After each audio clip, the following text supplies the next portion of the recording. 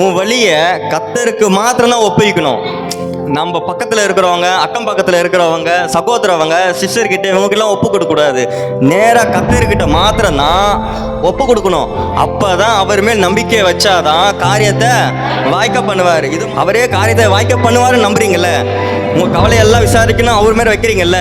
ஆனால் எதில் விட்டுறோம்? நம்ம ஜெபம் பண்ணுறது விட்டுறோம். ஜெபத்தில் தான் நம்ம விட்டுறோம்.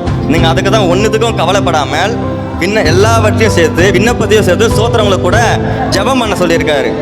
இந்த ஜெபத்தை நம்ம செஞ்சேன்னா குடும்ப வாழ்க்கையில் வெற்றி பெற நம்மளால முடியும். ஒருவரால் நம்ம அசைக்கவே முடியாது. ஆமே தேவரையும் சகலத்தையும் செய்ய எல்லாம் வல்லவர். நீ செய்ய நினைத்தது தடையே படாது. யோபு அறிந்திருக்கிறார், நம்ம அறிந்திருக்கிறோம். இருக்கிறோமா? அறிந்தும் அறியாம தான் இருக்கிறோம். உண்மை அதுதான். அறிந்தும் அறியாம தான் இருக்கிறோம். ஏன்னா நம்மளுக்கு தெரியும் நம்ம எதுலேயும் ஐக்கியத்தில் இல்லை. ஜபத்தில் ஒழுங்காக இருக்க மாட்டோம், வேத வாசிப்பில் ஒழுங்காக இருக்க மாட்டோம், குடும்ப வாழ்க்கையில் ஒழுங்காக இருக்க மாட்டோம், அந்நிய குடும்ப சபையில் ஐக்கியத்தில் ஒன்றா இருக்க மாட்டோம், எதுலேயும் ஒன்றாவே இருக்க மாட்டோம். சேர்த்து வரைக்கும் தடையே படாமல் இருக்கணும்னு நினச்சேன்னா எப்படி? அது முடியவே முடியாது. நம்ம தான் தடையே நம்ம தான் செய்கிறோம். எல்லா காரியத்துக்கும் தடை யாருன்னா நம்ம தான். ஒரு காரியத்துக்கும் தேவன் பெரிய பெரிய காரியம் செய்து கொண்டு தான் இருக்காரு. நம்ம எல்லாத்துக்கும் முன்பதாக வரணும் தான் ஆண்டவர் ஆசைப்படுறாரு.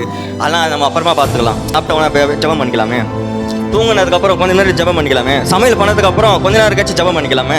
அந்த நம்ம மிஸ்டர் அண்டர்ஸ்டாண்ட் பண்ணுறதுனால தான் நம்ம என்ன இழந்துடுறோம்னா ஜெபம் பண்ணுறத இழந்துடுறோம். ஒவ்வொரு தடையும் நாம தான் செய்து கொண்டு இருக்கிறோம். ஆமே ஜெபத்தையும் பண்ணிடுறோம், எல்லா காரியத்தையும் நம்ம பண்ணிடுறோம். ஆனால் நம்மக்கிட்ட காத்திருப்பு வரைக்கும் இருக்கவே இருக்காது. ஜெபம் போன மாதம் பண்ணியிருப்போம், இன்னமும் பதில் வரலையே, இன்னமும் ஒன்றுமே கிடைக்கலையே அப்படின்னு சொல்லிட்டு நம்ம சோர்ந்து போயிடுவோம்.